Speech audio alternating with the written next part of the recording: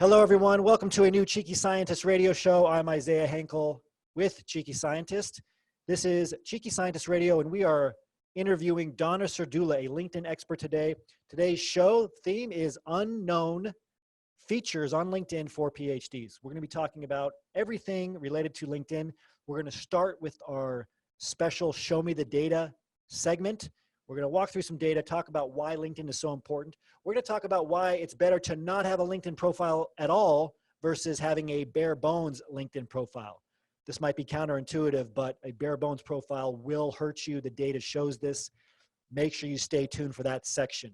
Before the Show Me the Data section, now I'm going to go through a couple of pointers in terms of providing context and significance for today. I'm going to talk about how you're being searched on LinkedIn. What do you need to know as a PhD? What words, what search fields are employers using on LinkedIn Recruiter to find you? This will help you figure out what you need to do in order to be found in the search results. If you're not having recruiters or employers contact you, you're in trouble. Don't worry, we're going to tell you how to fix it though. Now we're going to bring on Kristeena, a special PhD who has transitioned recently into an application scientist role. This is for our career segment. We always talk to a PhD in a different career. We ask them how they got there, what they like about it. We essentially set up an informational interview for you so you can start to learn about the different options that you have as a PhD. The hiring market is through the roof. Worldwide, in many countries, unemployment is at the lowest level ever. This is good news for you as a PhD. It's also good news that PhD hiring is up over 2,000%. The secret is out. PhDs are highly employable. Employers are looking for you over every other type of job candidate out there. And other job candidates know it. You have an advantage. You're probably thinking, though, I can't have an advantage because I'm not hired or I've uploaded resumes. It's not that you don't have an advantage. You're just invisible. You're invisible to employers. So we're going to talk about what needs to happen for you to be found by employers on LinkedIn. We're going to talk about unknown LinkedIn features specifically for PhDs. We're going to talk about how to get the most out of your LinkedIn profile, the most out of social media, and how to make sure you're communicating that you're the right candidate to hire. Now, I do want to talk a little bit about how you're being searched on LinkedIn. A lot of PhDs don't realize that there's a separate LinkedIn called LinkedIn Recruiter. There's also LinkedIn Talent, Talent Insights, LinkedIn that employers are using to find you. A lot of PhDs don't even know about the recruiter button that you can turn on your profile to make sure that you're found by recruiters. And until that button's turned on, you might not even show up in the search results on LinkedIn Recruiter. So we're going to be talking about some of these features today. But what I want you to understand is if you go to LinkedIn Recruiter right now, you Google search it, you can see how it's set up. There's only 3 search fields at the top of LinkedIn Recruiter: skills, job titles, and locations. That's how you're being searched. Realize that most hiring managers and recruiters, they don't have a PhD. They don't have years of experience doing research, information collection, data collection. In fact, they probably hate it. So they're just using the basic search fields that are at the top of LinkedIn Recruiter: job titles, locations, skills. That means this is all that you have to go by in terms of being found on LinkedIn. You have to put the locations you want to work, job titles you're interested in, and the skills that you have in order to be found. Because if you don't have the skills, the job titles, or the locations that are being searched for on LinkedIn Recruiter, you're not going to be found at all. You're not going to show up on the search results. Does that make sense? Now, for job titles, one confusing point for a lot of PhDs is they don't think they can put job titles they're interested in their headline. You can. You don't have to, it's not your work experience section. You wouldn't put in your work experience section that you were a project manager, but you could put project manager in your headline because that's the role you're searching for.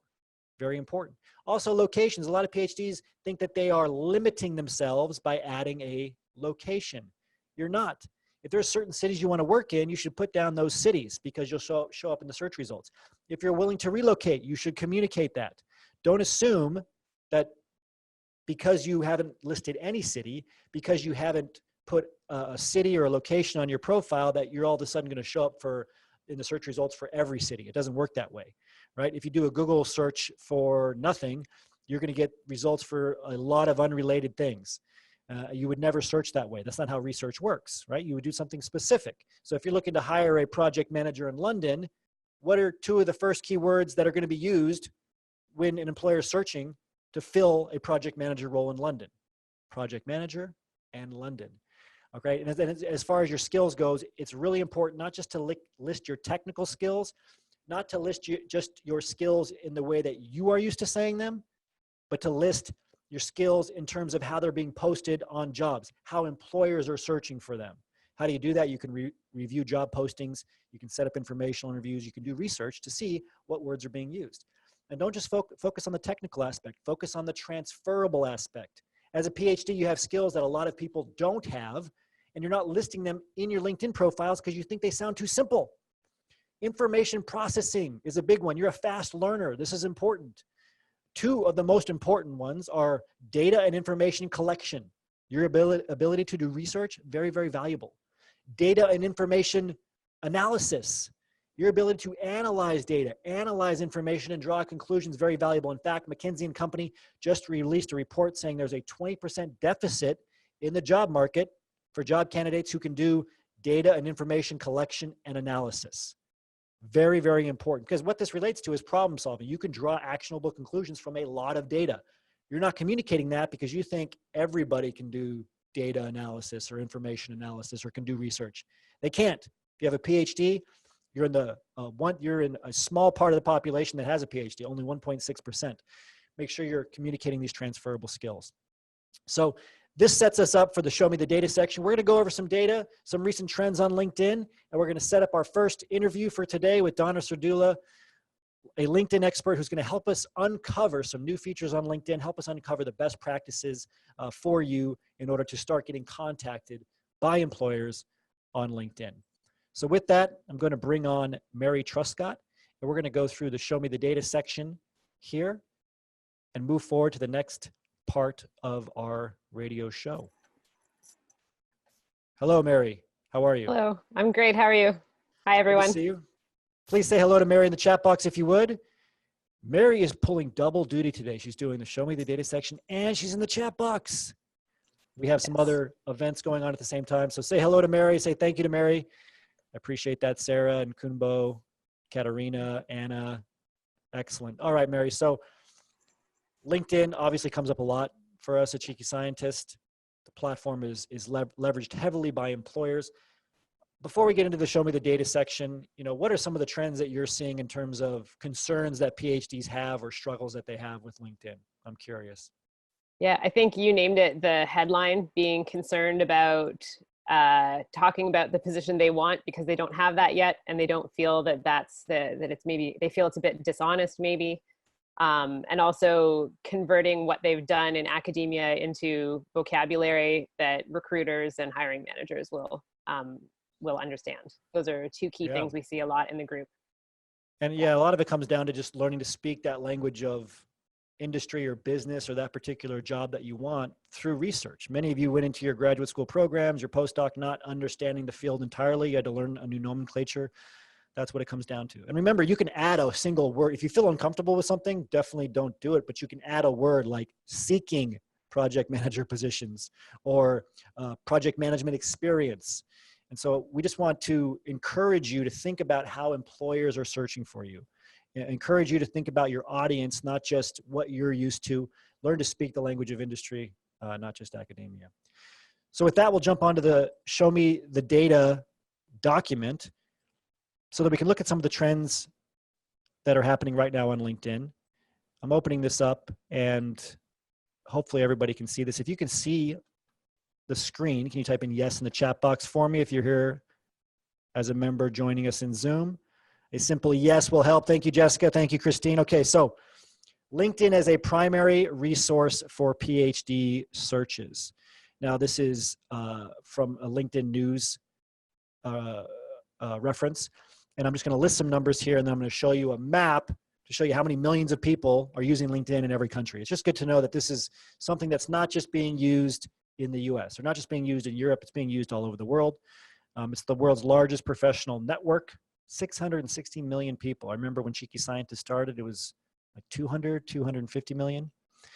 Professionals are signing up to join LinkedIn at a rate of 2 members per second. More than 70% of the members are outside the US. More than 30 million companies are represented on LinkedIn. 30 million, more than 20 million open jobs. 900,000 schools and universities, 35,000 skills. So 2019, there's 90 million senior level influencers, 63 million decision makers, 6 million decision makers just in the IT sector alone, 17 million opinion leaders, 10 million C-level executives, and 40 million mass affluent members. I have no idea what that means. I'm guessing they're affluent. We're looking at the map here just to show you that there are millions of people very likely in your country, near you, for sure. LinkedIn is exploding, especially right now. And I think there's a lot of factors here, Mary. I think, Microsoft bought LinkedIn. So there's a large investment piece there that's getting woven into the fabric of corporations around the world versus just being another tech tool. Because Microsoft has had a pretty heavy presence in corporations all around the world for quite a while in computing. So I think that's a big factor. I also think that LinkedIn is doing some things very well right now. I almost think LinkedIn is the new Facebook in a sense, because if you post something on LinkedIn, it's being shown to a lot more people organically, where on Facebook, this doesn't happen as much. A lot of you have probably noticed this. What are some things you think are important here, Mary, in terms of how much LinkedIn is used, how ubiquitous it is, some of the trends you've seen and noticed recently? Yeah, I mean, maybe not recently, but going back to grad school postdoc days, you get to know your colleagues and you connect on Facebook, but then more and more you're connecting on LinkedIn, and old people or people from grad school are connecting with you. It's present. It's the language that people use to stay in touch. So we see that all the time. People finding about a job opening from someone that they hadn't been in touch with for a while, and that happened on LinkedIn. So it's just, and I look at the population versus the number of users, it's what, almost half of Americans, for example, or almost half of Canadians are on LinkedIn. So just everyone's there. Yeah, and it's important for you not to ignore the obvious. Sometimes as PhDs, we're like, I don't want to do something that's popular, right? I want something that's more specific. Like we have people talk about like ResearchGate all the time. Look, you can leverage all kinds of social media platforms. That's great, but don't ignore the most important one that's growing the fastest, where most employers are. Where's your audience? It's not about what you want, what you identify with. Where's your audience? If you want to get an industry job, your audience is on LinkedIn. LinkedIn as a leader in candidate discovery. Okay, so this is a campaigns.thestarconspiracy.com article. And this is looking at talent acquisition and the vendor in terms of talent acquisition and vendors in terms of candidate discovery market share. So where are candidates being found? And we're just doing this in the next figure to kind of show a comparison in terms of what employers are using. And here we're looking at, for those of you that are on audio only, we're looking at a circle chart here that's ranking the percentage of market share that LinkedIn has versus Career Builder, Indeed, Monster, Glassdoor, ZipRecruiter, Dice, and other. The largest overall, LinkedIn, 22.5%. Career Builder, 10.7%. I'm actually surprised that Career Builder is still used that much. Indeed has been growing quite a bit, 9.0%. Monster.com lost quite a bit of market share over the last few years. This was very big when I was in grad school, 7.5% now. Glassdoor, increasing 2.1%. ZipRecruiter, 1.3%. Dice, 1.2%. What's the takeaway from this figure, Mary? You need to be on LinkedIn. That's right. You need to be on LinkedIn. I think, there's LinkedIn from both a individual job candidate's point of view is very valuable, but also from an employer's point of view. And that alignment is why LinkedIn is so powerful.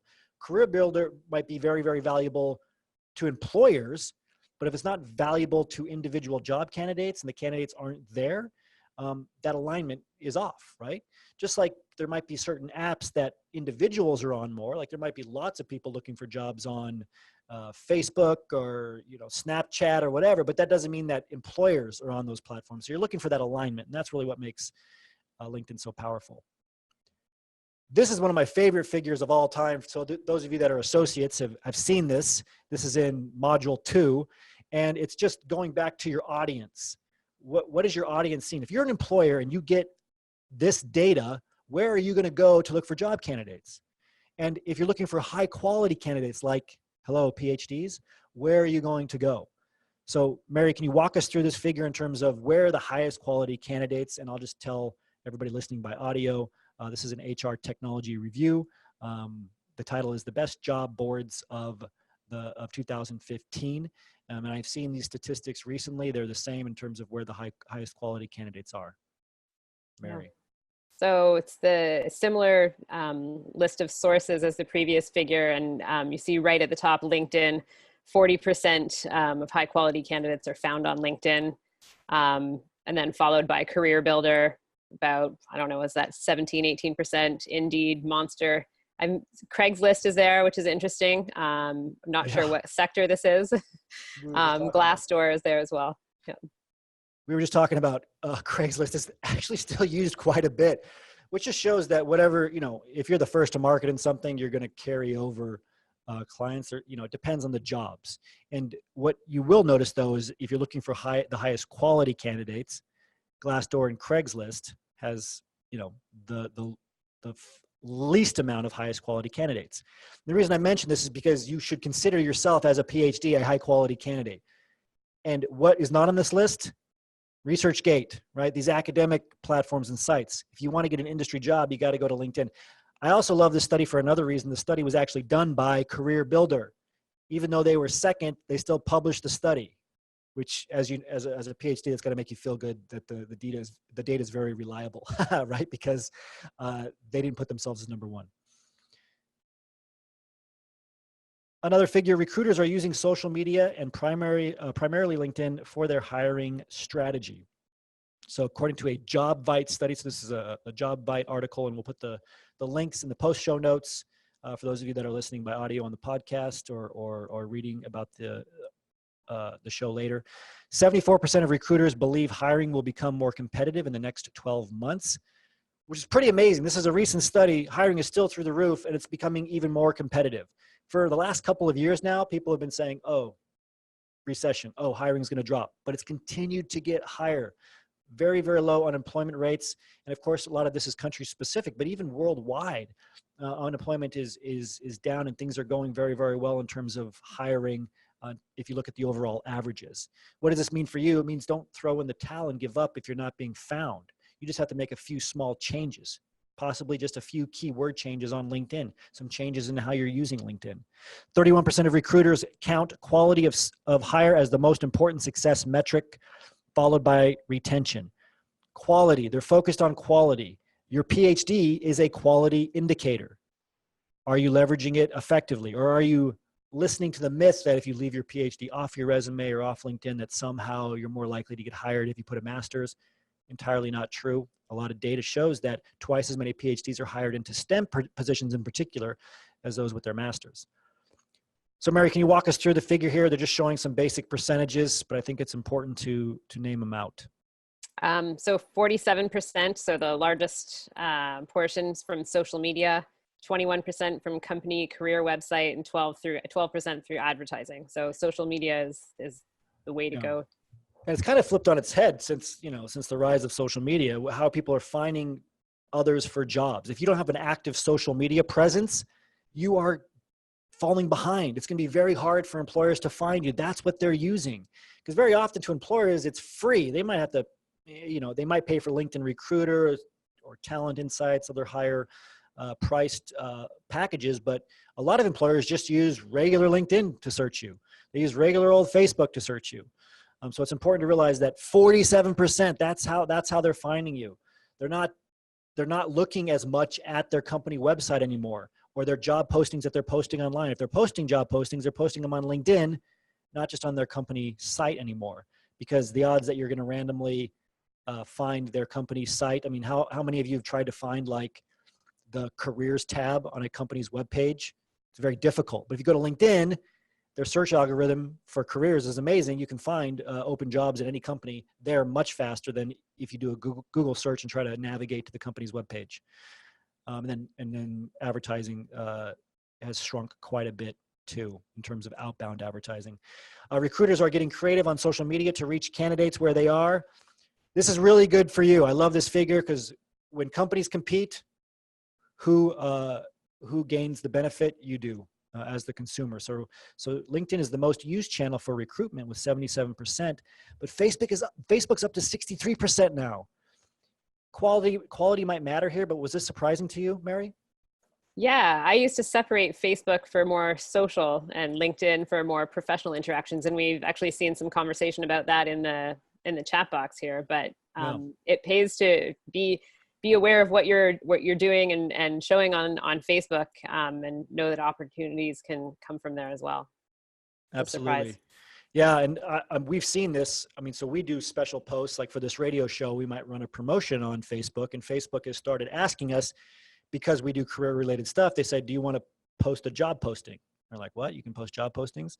This is something that's happened over the last year. So Facebook has been growing out this platform, and I think you as a job candidate is just going to benefit because it means that LinkedIn's going to try harder, Facebook's going to try harder. They're going to reduce the costs on both ends to show you to employers. And that's advantageous to you. And it just means that you might need to start being a bit more professional on Facebook. I mean, these numbers are not that far off.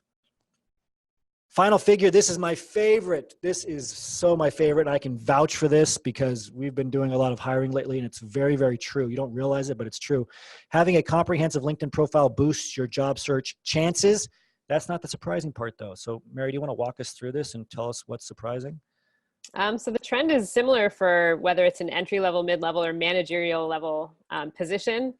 If you do not have a LinkedIn profile, you actually have an advantage over someone who has kind of a crummy LinkedIn profile. So Right. having, a half done LinkedIn profile is a disadvantage. You're better off having nothing. So that's why we really stress in the association, get your LinkedIn profile made, get it, we can review it, we can help you. Keep it updated, stay active there, make sure you have a good, strong presence.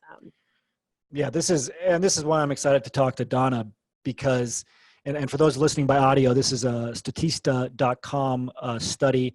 It's looking at how a comprehensive LinkedIn profile boosts your job search chances. We're looking at 3 different sets of 3 bar graphs. The 3 different bar graphs, it's for those that had no LinkedIn profile, those that had a quote unquote bare bones LinkedIn profile. Let's face it, that's many of you watching this, and those that have a comprehensive, completely full LinkedIn profile. And what they found was it didn't matter if it was for entry level, mid level, or managerial level positions.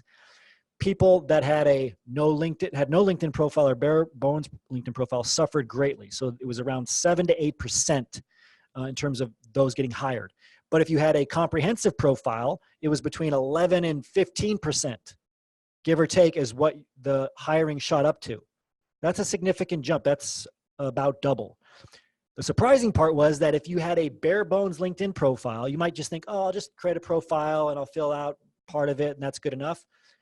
It actually hurt your chances compared to somebody who had no LinkedIn profile. So it was better to have no LinkedIn profile, which is bad. I mean, it cuts your chances of getting hired in half or getting a phone screen in half.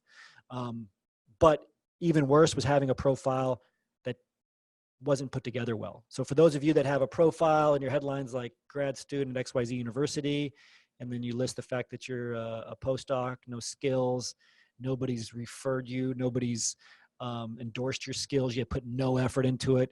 It just signals not a professional, lazy, right? Not taking this seriously, not really actively looking for a job. And I think that's the problem there. So Mary, thank you very much for coming on the Show Me the Data section. Any final thoughts? Yeah, LinkedIn. I mean, Use you it. should be there. Yeah, exactly. You should be there every day. They're always constantly making little updates to your profile, connecting with people, reconnecting there. Make that your homepage on your browser. We've just seen here how important it is for getting hired. Excellent. Yep. Thank you, Thank you. Mary. Please thank Mary in the chat box if you would. She'll be with us in the chat box.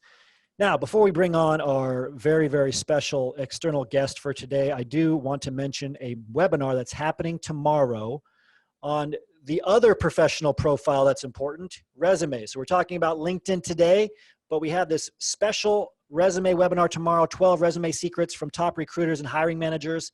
If you go to cheekyscientist.com/PhD-industry-resume, sign up for this. It's tomorrow, Thursday, November 7th at 1 p.m. and 9 p.m., 2 different times, both live. I'll be there sharing with you top resume secrets that go hand in hand with what we're going to talk about on the LinkedIn side. And yes, you should be putting your LinkedIn URL on your resume. So make sure you do. Now, without further ado, I'm going to do an introduction to our special guest, Donna Serdulla. Donna has been on, I think she was on our very first radio show, one of our very first guests ever. Donna Serdulla, I'll show her LinkedIn profile and her website here. She runs and is the CEO of LinkedIn Makeover. She's written the best-selling book, LinkedIn for Dummies. She loves LinkedIn, as a pioneer and foremost expert in LinkedIn profile optimization. Her current mission is to help people create an impactful online professional brand that leads to an amazing opportunity. With over 40 writers on her team at LinkedInMakeover.com, she has helped thousands of executives, entrepreneurs, professionals, and PhDs. She's been working with PhDs for years now, and she's been one of our best partners over those years. She's worked with companies all over the world as well to tell their unique story and brand themselves successfully on LinkedIn. She's also the author of LinkedIn Profile Optimization for Dummies. That's the entire title. I'm going to open this up right now. When you go to the store and you see those LinkedIn, those books for dummies by Wiley, I love them. They're great. She wrote one of them, LinkedIn Profile Optimizations for Dummies. You can check it out here. We'll put the link in the chat box for those of you listening by audio.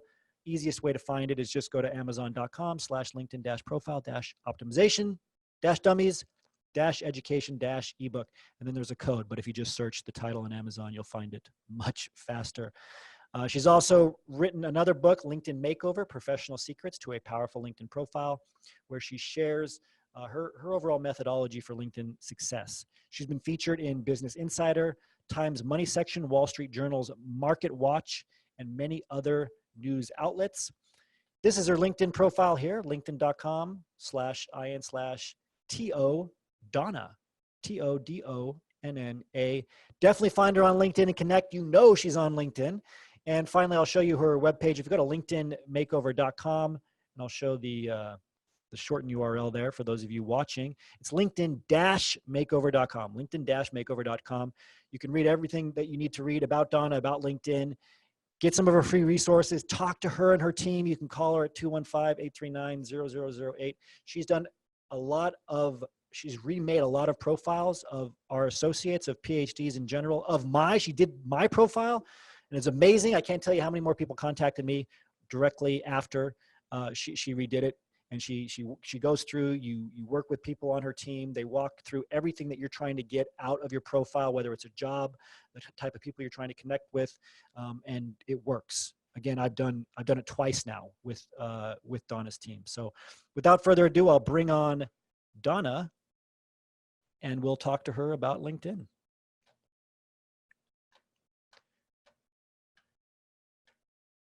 Hey, Donna, how are you? Hi, guys. How are you? Good to see you. Thanks for joining. I always love seeing you guys. I love seeing the Cheekies. I love the show. I am so happy to be here. Yeah, thank you very much. It looks like you have a new blue wall as well, which is fantastic. So, or maybe it's green. I can't tell, but it looks It's great. sort of blue-green, blue-green. It's good. So, Donna, what is new on LinkedIn? There are so many changes, so many things happening. I'm really excited to talk to you about some of them. So I'm going to talk first. Now, I'm going to go out of order from the order that I prepared, because when I first jumped on this call, you were talking about skills. Yes. And you were talking about how these PhDs are a little shy about putting certain keywords up in their headline, and they're worried about putting skills that they think are just silly. Well, LinkedIn has changed some stuff for us, and not everyone has it. I have it. I'm going to share my screen so everyone can see this, but this is really very exciting. Now, can I share my screen here? Yeah, bottom middle. Yes, bottom middle should be a little there we go. Up arrow. There we go. Hit share. Perfect. All right, you see my screen? I do. All right, guys, watch this. At one time, when we'd go to view your profile, when we talked about the skills that were on your profile, there's skills that you just added. You just put them on, and that was it. You just threw them up there, and no one really said much about it. Then all of a sudden, LinkedIn offered endorsements, which gave other people the ability to endorse you for those skill sets. Again, kind of, getting better. But LinkedIn now has this. Take a skill quiz. Do you see what I'm saying? Yeah. So now what this is Now they're rapidly expanding. There's only so many here, but you can take a skill quiz and look, AutoCAD, C++, cascading styles sheets, HTML, Java. I think we're going to start seeing an awful lot more coming in here. In fact, we can click show more, and there's even more that are there. QuickBooks and Revit. And I even noticed, and I'm not seeing it here. There we go. Microsoft PowerPoint, Microsoft Excel. So if you want to prove that you're better than everyone else, that you truly have the right skills and you know it and you want to prove it, this is the way to do it. You take a quiz, and these are quizzes that the LinkedIn Learning instructors put together, and they grade it on a curve. So it's not that you have to get 100%, but you just have to do better than 95% or 80% of the other people who have taken this quiz. And if you pass it, you get a nice little badge on your profile, something that I think recruiters and hiring managers are absolutely going to be on the lookout for. Yeah, absolutely. And I love this because one of the questions we get the most is, well, can't anybody just put whatever skill they want on their skill list, right? And should I endorse somebody if I don't know if they have the skill? What are the checks and balances? And I remember when you first told me about this, there's like 5 on there, and there's a lot more already, especially for those of you that are into, programming or data. You want to get into a data scientist position. Those of you that are engineers or into IT right now, there's a lot obviously for that. But even the skills like Microsoft PowerPoint, like you said, they can jump out to employers, if they're looking for somebody who can present, et cetera. So this is great. This is really very, very new. And I don't think everybody has it. Most people have it now. It's been slowly rolling out. So keep an eye on it, take a look. And then I would suggest keep coming back and see what's popping in there. Maybe it's something that's really, it's important to you. So check this out. Now, I will tell you this. What happens if you take the quiz and you fail? It could happen. Sure. If it happens, no one is alerted. You get 3 months to study, to try to get yourself back to where you need to be. And then you can take it a final time. And hopefully this final time you pass. So no one is at any point alerted that you didn't pass. Even if you do pass, but you pass like by the skin of your teeth. Yeah. Don't worry. You still get the badge. It doesn't say 61%. It doesn't say anything. Okay. It's like a pass or fail type of deal. And people are only alerted if you pass. Yeah. And I think just the fact that you're taking them and sharpening your skills and willing to put yourself out there helps with employers, but also it makes LinkedIn happy, right? And who knows, maybe they give you a little extra boost in their algorithm because you're active. I would agree with you. In fact, what I'm also seeing, because you talked about my book, LinkedIn Profile Optimization for Dummies, which is sitting right here on my desk because I'm writing the 2nd edition right this very second. Wow. Yep. Busy. Very busy. But what I've noticed is, oh goodness gracious, what were we going to say about this? I can't remember now. that LinkedIn will give your algorithm a little bit of a boost. Yeah. So what I've noticed is when I went into LinkedIn's help chapter, looking at the skills, they are saying that if you are actually going in and submitting applications within their job portal, there are certain jobs that are actually asking you to submit a quiz, to take a quiz to prove if you want to apply for those jobs. So I think you're going to see that more and more. Yeah. And it's only a matter of time till they start having, business concepts on there as far as skills like due diligence, like some of the things a lot of you have been asking about, like whether it's medical affairs, regulatory, it's going to build out from here. So it's good to stay on top of it. Yeah. Yeah. That's great. So that to me is huge. Here's something else. And I don't have it yet. I don't have this yet, but I do have a screenshot of what it looks like. Great. And so most of you guys see here, it says career interests, let recruiters know you're open. Yes. All right. I hope everybody here knows about this. If you don't, this is something to pay attention to. But here's the big change, is they're actually moving the location of this. And this is where it's now going to show up. So this is a screenshot. Can you see the screenshot? Yes. It's going to show up here. It says, show recruiters you're open to job opportunities. And now on the other side, it says, showcase services you offer. So if you're looking for a job, you're going to want to make sure you turn it on here. But let's say you're not looking for a job. Maybe you want to be seen as a consultant. You can showcase your services on LinkedIn. In fact, when you showed my profile, you could see how it shows up, the services part of it, providing coaching and mentoring services. All right, so this is a whole new look to the profile. We've never seen this before. It's just now popping in. But there is something else here that I think is very important for all you cheekies out there to know about. And that is when this career interest moves up here. Actually, let me see if I have another screenshot of it. I hope I do. Yes, I do.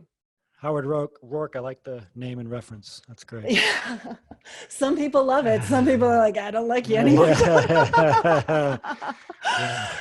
But so once you hit get started, you can add your job titles. I believe you can add up to 5 job titles that you're interested in. Then you can add the different locations that you're interested in being, seen as, Yes. for those areas. You can also do the job types. Everyone's there going, Donna, I know this. This nothing has changed here. Yes, look down here. All LinkedIn members. You can now turn this on. So not just recruiters see it, everybody sees it. Oh, wow. Is there any reason you would want everybody to see it? Well, who's going to ask you to the dance if they think you're going steady with somebody else? I see what you're saying. Yeah, so I think, and that's an important point, because for all of you, we call it, the recruiter button, whatever the official name is. But when you turn that on, you answer these questions, and now you can choose whether or not everybody sees it.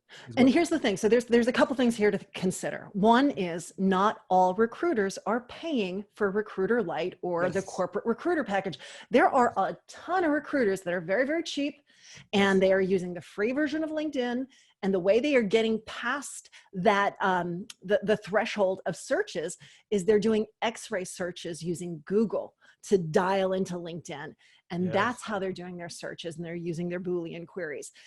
So those recruiters are never going to know that you're looking, because they're not paying for it. So that is why you might want to consider saying all LinkedIn members, because, and plus here's the thing. I'm sure you do. I do. When we're hiring, I'm looking, and I'm not a recruiter. Right. And so it would be nice to be able to see, oh yeah, this person is open to opportunities. All right. When do you not want to turn this on? If you're currently working and you don't want to rock the boat, then you will want to turn it on, but only for recruiters. And LinkedIn does try to make sure that if you turn it on and you're currently working, that they're not going to show that company's recruiters your status. They do try to keep that on the down low, but they can't promise anything, because a lot of companies outsource recruiting. And so they won't know if they're an outsourced recruiter is working with a company or not. Great points. No, I'm glad we had time to talk about that, because we get a lot of questions about the recruiter button. So again, when we talk about LinkedIn Recruiter, LinkedIn Talent, if you have this button on, you're going to show up there, but there's a lot of people, a lot of employers that don't use that to search regular old LinkedIn as if they're a job candidate looking for talent. And that's where that could be advantageous. Donna, I want to get to more features, but I do want to ask you, because we had a lot of people when they found out you were coming on. Yes. They wanted to know why you started LinkedIn Makeover and why you're so passionate about LinkedIn, a little bit about your story and where you've come from. Sure. Am I still sharing my screen? Yes. I think if you go to you click the same thing at the end, at the bottom middle, and it should get rid of it. Otherwise, there it is. I can turn it off for you too. There we go. There you go. Okay. So I got started, actually, it was back in August that we celebrated our 10-year anniversary in business. Oh, wow. And 10 years, 6,000 LinkedIn profiles written. Can you believe that? Smokes. It's a lot of LinkedIn. A lot of writing. A lot of writing. A lot of copy. Yeah. A lot of copy. And we barely use the terms dynamic and problem solver. So. Oh, man. But yeah, That's incredible. yeah, I started in 2009. I joined LinkedIn back in 2005. Back then I was in sales and marketing. And when I was in sales and marketing, I was making cold calls. That's what I did. And I was trying to, was really just trying to, I was trying to find business, build a pipeline, and build my territory. And back then, in like that 2006 timeframe, I was often, you know, as I was making these cold calls, as soon as I would hit a person, I would Google their name. It's just something I did. I would like Google their name. Sure. And one of the only, like, I would just see their LinkedIn profiles. It was like, it was just bizarre. But even back then, a lot of these professionals had LinkedIn profiles, and the LinkedIn profile would pop up and I'd look at it and, you know, I'd have my call. Well, one day it kind of like dawned on me, like, I wonder if they're Googling me and I wonder what they're seeing. And at that moment I Googled myself and I saw my out of date profile that was copied and pasted from this really old, dull, dry resume that I think I had actually copied from some resume online site. And I looked at it and I thought, why would anyone like me or trust me or feel good about me? Like, there's nothing here that shows me to be, you know, someone that could be considered a partner. Yes. And it was at that moment I had this epiphany, which was, your LinkedIn profile is not your resume. Because your resume has to align you to a very particular, specific job. Yes. Your LinkedIn profile, on the other hand, it really is, it's not your professional past, it's your career future. It's who you are. It's your digital introduction. It's your first impression. It's your calling card. It's your elevator pitch. And it really needs to let people in on who you are, why you do what you do. What do you stand for? You know, why do you have a PhD? Why are you looking, you know, to get into corporate America? Like, what's driving you? That's what excites people. That's what interests people. And that's what this is all about. And for me, yes, we do LinkedIn, but I really think of it as we're branding. We're helping people tell their story, and LinkedIn is the best vehicle to do it. Yeah, I love that story. And for all of you, you know, listening, that's what LinkedIn allows you to do, is tell your professional story. It's a bit more of a narrative. You know, it might have some aspects of your resume, but what Donna said about it appealing to every person who could hire you, every company, versus a targeted resume that's, you know, one for one, important aspect. Donna, you've been working with a lot of PhDs over the years now, and certainly a lot of technical people. So I do want to ask you a couple of questions about what are some of the biggest mistakes you see them make? I know you've helped correct a lot of these mistakes by making over some PhD profiles. What are the mistakes that you see? Oh my goodness. So many to choose from. In some ways, it's not even just, you know, technical people making these mistakes, or even just PhDs making these mistakes. I mean, it's just, everyone has certain one profile picture. And I hate to talk about it, but I mean, it's going to be 2020 and just weeks. And it feels weird that I'm still talking about the importance of it, but it is. It's so important. And yes, you can take a picture of yourself. Yes, you can have a friend take it. Yes, you can do that selfie, but you really need, if you want to stand out and if you want to truly be seen in that light of success, if you want people to look at you and go, ooh, money,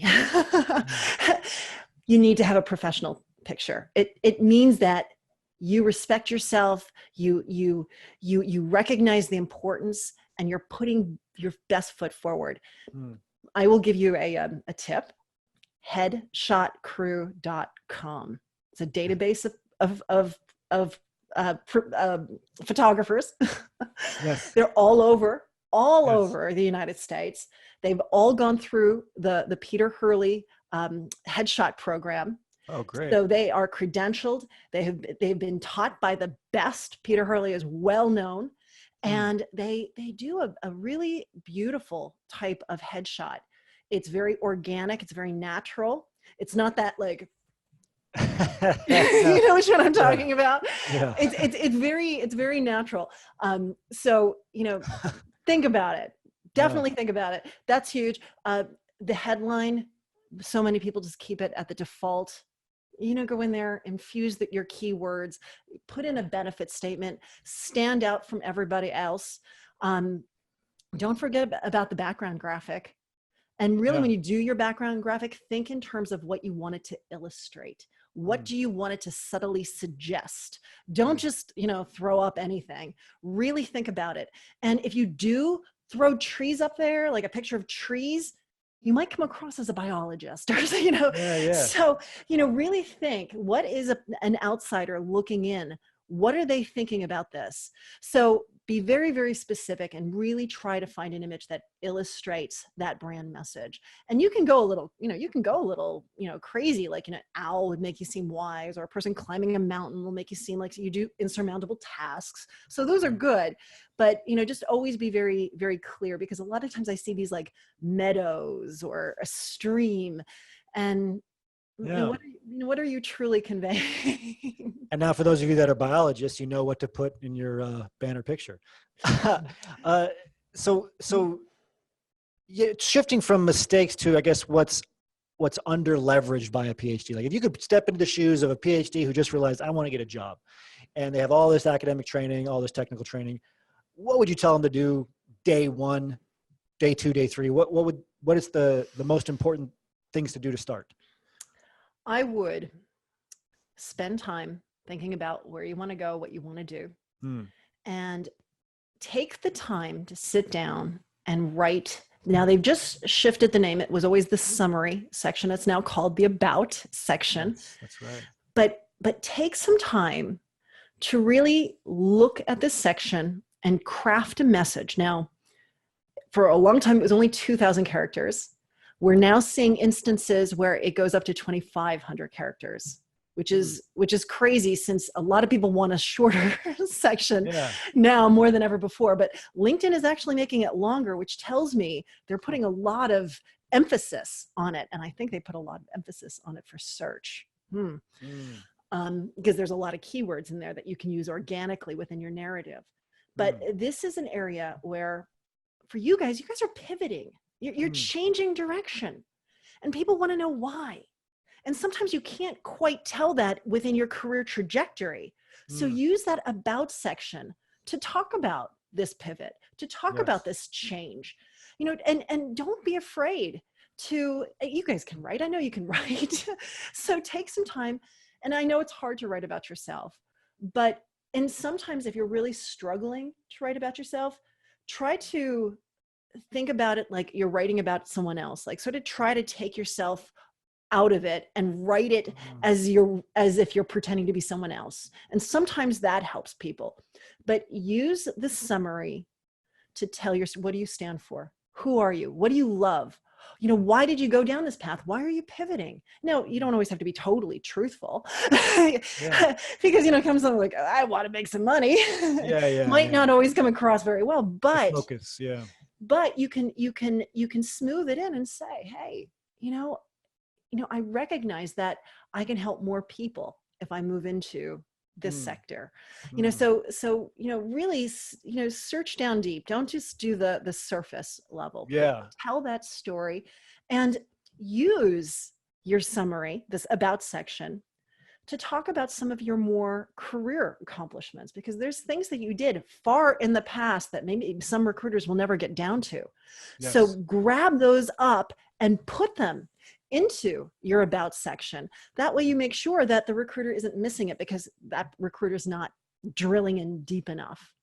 Amazing. Yeah, I agree on the fact that the about section is really underutilized. Everybody gets their headline done. They're like, about a few sentences.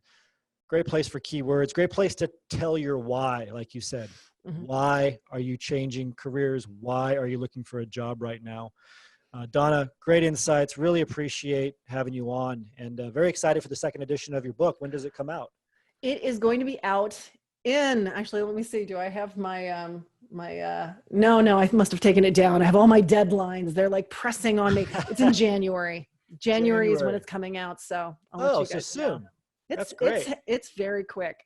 So great time to start the new year. I wouldn't wait though. Get this book now. It really will help you. Check out Donna's website, linkedin-makeover.com. She's worked with a lot of PhDs.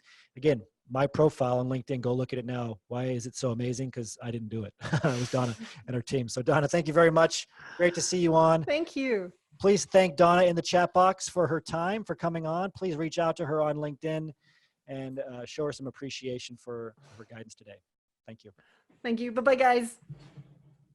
Okay, we're going to move forward to our next guest. Very excited to bring on Kristeena. Kristeena Wright. She is now an application scientist. She's a cheeky scientist associate who came up through the program, transitioned into an application scientist role. We've had a lot of people ask us about this role. Application scientist role, it's very similar to one of the most popular careers right now, a medical science liaison, but it's more for biotechnology support instead of a drug support or drug development support. Kristeena works as a scientist at Advanced Instruments, driving the development of scientific content to support the value of osmolality. Did I say that right? Testing in biopharma. After obtaining her PhD in philosophy, biomedical sciences, Kristeena went to work as an undergrad research assistant at Duke University, did her postdoc at Boston Children's Hospital. She's a motivated spokesperson for endometriosis research and as shown by multiple publications, international presentations, and in-person petitions to U.S. legislators, and is a dedicated STEM mentor. I'm showing her LinkedIn profile here. It's linkedin.com/in/Kristeena, Kristeena -Wright, WRIGHT-PH-D, and some characters, but just search Kristeena Ray Wright on LinkedIn. You'll find her if you're listening to us by audio. For everyone else, you're going to see her come on here shortly. Very excited to have on Kristeena to talk to us about being an application scientist, talk to us about her transition. So we'll bring her camera on here in just a second. Do me a favor when she comes on and please say hello, Kristeena, in the chat box. I think, let's see here. There we go. I can hear you, Kristeena. There we go. That maybe if I click this special ask to start the video button. You can hear me? I can hear you. Okay. It's half the battle. Yes. There should be you're a co-host now, so you should be able to. Let me see. There should be a little camera button on the bottom left. I'm trying. It's all right. It's all right. Technology. It's my favorite. That's true. Let's see. Oops. There's are you on desktop or phone? I'm on a laptop. Laptop. All right. So there should be a little, do you see a little video box in the bottom left next to your mic? I think it may be an issue with my laptop rather than Zoom. Oh, so it might need to, you might need to, maybe it's blocking a pop-up, or you might need to give it permissions. Most likely. Do you have a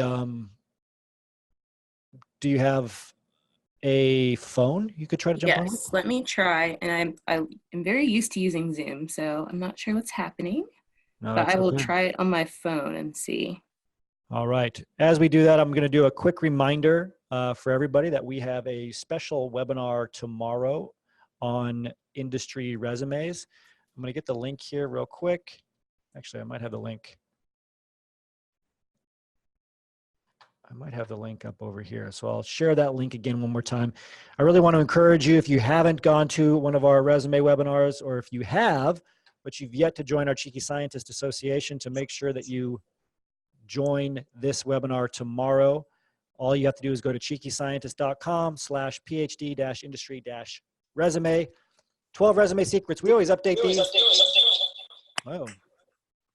And hopefully we'll see you on there. We'll fix the audio here. Oh, there we go. Kristeena, are you back? Oh, she came on somewhere else. We might have Kristeena. This is the page, though. Again, cheekyscientist.com, PhD-industry-resume. And we'll be doing 2 live events tomorrow. All right, Kristeena, you back? Here. Yes. Okay, so I just made you co-host and asked you to start your video, so we should be able to. Oh, it almost had you.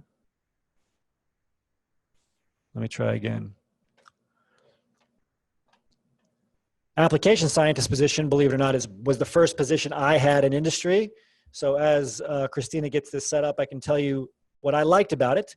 It's a great position to get into if you don't mind teaching and you want to stay close to science or engineering or the technical side without having to work at the bench.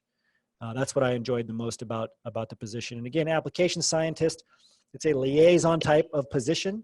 You're helping a company's clients apply their products to their research, just like Kristeena is going to tell us. Hi, Kristeena.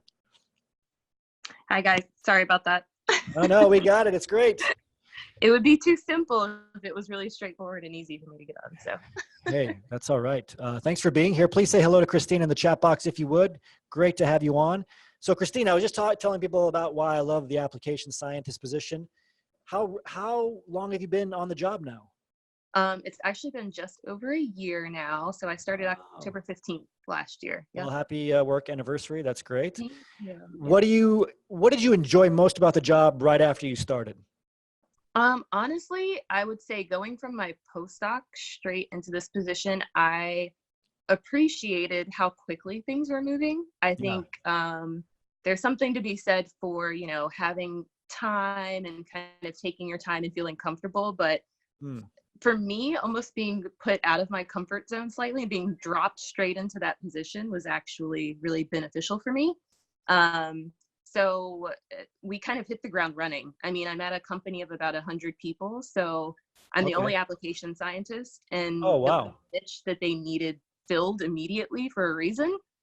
So they had a lot of stuff lined up, and so I mean, it wasn't too much, but there was plenty to do as soon as I started. So that was really exciting, just having that fast pace. And so, they had a lot of stuff lined up. You were ready to go when you started. What did you do? What did the average day look like? So I would say some meetings. So what's great about my position at Advanced Instruments is it's very cross-functional. So I technically am part of the marketing department, which was very new to me. But then a large aspect of what I do is also pre and post-sale support for the sales team. So I interact with the sales team. I interact a lot with the R&D team in the lab. So it was just kind of, learning more about where they were currently and then where they needed me to kind of assist or to help or take over, whatever it was. And just learning more about the overall goal. So I work closely with, typically with the product manager for the specific device, and she's also very cross-departmental. So it's been great. Yeah, and I think that defines the application scientist role very, very well, right? Cross-departmental, you're doing a lot of coordinating, communicating, but really the nature of the role is helping people apply the product or the service, whatever it is in a company's particular case, to the research. So you're like this conduit between the company and different departments at the company, the sales team, maybe the marketing team, maybe the executives, et cetera, and then the customers, the clients, the people. In your case, were they a lot of like scientists? Were they clinicians? Yes. So we make osmometers, which are not common. They're not really common instruments. They're commonly used in the clinical field. And so AI kind of started out more as a clinical company, but now we're starting to see them becoming more and more relevant and critical really in biotech. So we have the clinical technicians, but I'm specifically working with the biotech division at our company. So it's a lot of process development scientists, manufacturing scientists, working with a lot of people that have similar backgrounds to me, really. And so that's where I kind of, like you said, it's like a liaison, if you will, position between our company and all of those departments that I mentioned, and then the scientists within biotech. So it's a really unique, very specific area, but there's plenty to be done for sure. Yeah, and like I said, I really like staying close to the science, but without having to do the bench research and learning. It's a great, like you're in the middle of the business and the science, and you get to learn both, and you get to cross that bridge, which very few people can do. Exactly. Do you do a lot of teaching, like in terms of teaching them how to use stuff? Do you travel around and kind of like do different conferences and shows for the instrument? Okay. Yes, and sorry, just in case you weren't aware of what time it was, that was our wonderful grandfather clock over here. Oh, I didn't even hear it. That's great. Okay, good. So I in the past year, so we actually had a brief time where we didn't have a product manager and we were looking to fill it. So Okay. it was a great time for me to kind of understand product management, what that meant. That being said, on top of traveling nationally, internationally for conferences, so basically anywhere where device end users or the decision makers are going, I was kind of representing Advanced Instruments, talking to them about the science that we've been doing, some evidence that, you know, our instruments would be helpful for you and your company. But on the product management side, I also did a lot of traveling this past year to do trainings. So we had a product launch over the summer, and I went to China and into the UK to train some of our distributors on those instruments. So we've been all over the place for sure. I was in Switzerland most recently, and then Ireland for a couple of seminars. And I try to also share that kind of, we share it as a company on LinkedIn. And I know that you guys had an amazing segment earlier about LinkedIn. So we've had a lot on there, and I try to share some of the seminars and such there as well. Sounds like an amazing position. And I appreciate you sharing, because a lot of people, you know, they don't understand what you really do, who you interact with. My question to you involves a little bit more of your past before that. So you had challenges in your job search, and I always like to ask this question because a lot of people watching this are struggling in different parts of their job search.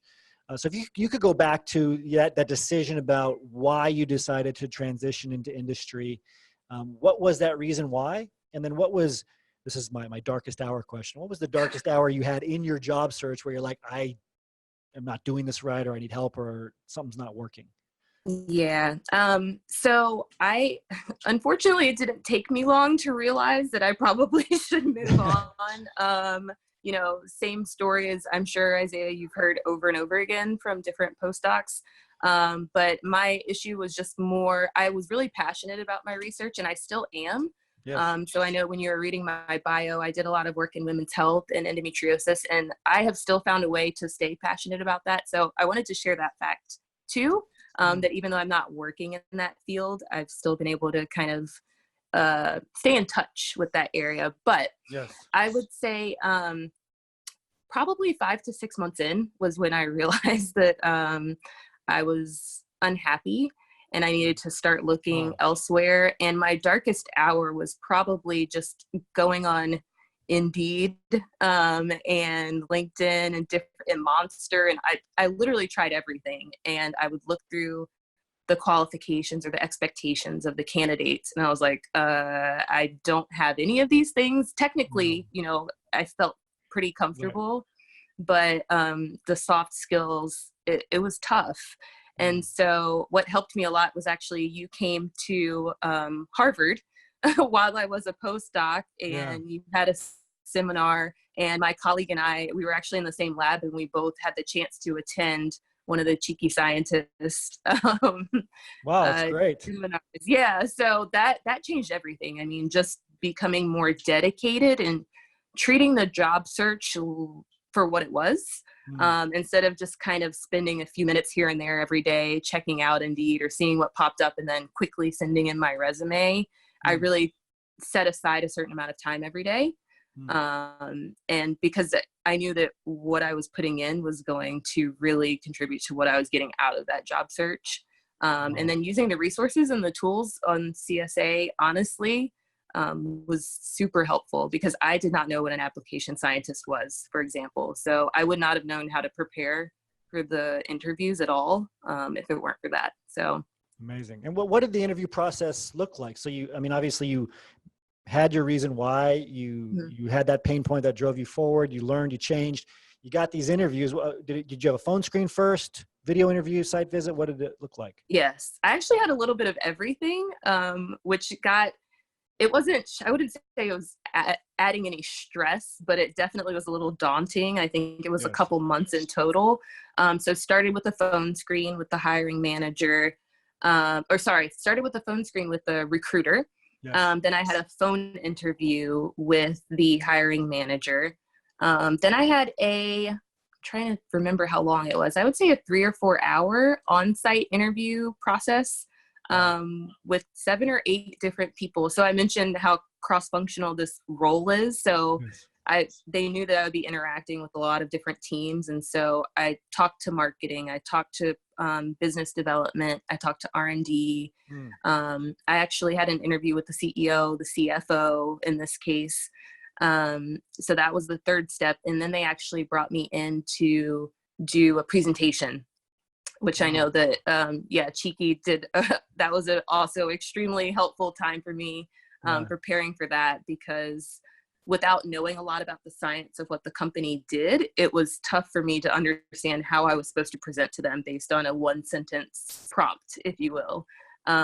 So I preparing for that was probably the hardest part, but it was also nice to share what I've been doing, what I felt like I could offer the company in that setting with, the same 7 or 8 people that had already interviewed me individually, and then maybe 2 or 3 other people in addition. So that was the last part before I got hired. Amazing. No, thank you so much for sharing that. So I really wanted to break down what you did on the job on the day-to-day basis. What was that triggering point that got you to start searching in the correct way? And thanks for breaking down the interview process too. I think a lot of PhDs don't understand the variety of people you'll meet on a site visit, especially for an application scientist role. Like you said, Right. C-suite people, as well as, 3, 4, 5 different other departments, and a presentation, because you got to be able to carry yourself in front of those key opinion leaders or the clients in the field. So Kristeena, thank you for your time. Thank you very much for jumping on. Thank you guys so much. Good to see you. I appreciate it. Kristeena in the chat box, if you would, for her time. Go reach out to her. Thank her for her time on LinkedIn as well. Kristeena, have a great day. Thanks, guys. This takes us to the end of our public portion of the radio show. If you are a Cheeky Scientist Associate, you get to stay on with us, and we're going to do a resume review. We're going to talk about some inside strategies for LinkedIn. If you're not a Cheeky Scientist Associate yet, you can become one. We have an enrollment coming up in just a few weeks, our last one of the year. This is where you can become a member for our promotional enrollment price. Make sure you get on our list, our wait list for the program. We do keep a wait list for it. It's based on demand. Go to phdsgethired.com. Just an easy URL to say if you're listening by audio. It'll reroute you to our waitlist page. cheekyscientist.com will give you all the info you need about this company, about our programs, if you're learning about Cheeky Scientists for the first time. Otherwise, to become a Cheeky Scientist Associate, again, go to phdsgethired.com. Thank you very much for coming to our radio show. As always, remember your value as a PhD and start thinking and acting like a successful industry professional.